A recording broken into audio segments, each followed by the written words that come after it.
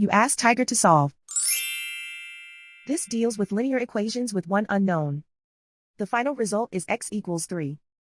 Let's solve it step by step. Group all x terms on the left side of the equation. Subtract 7x from both sides. Group like terms. Simplify the arithmetic. Group like terms. Simplify the arithmetic.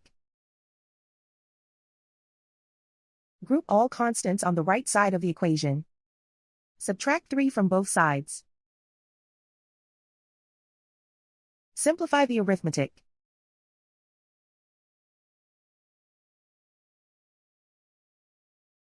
Isolate the x. Divide both sides by -3.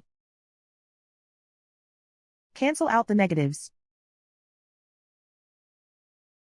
Simplify the fraction.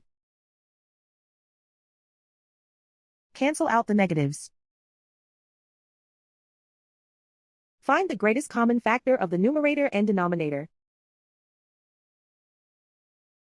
Factor out and cancel the greatest common factor. And so the final result is x equals 3.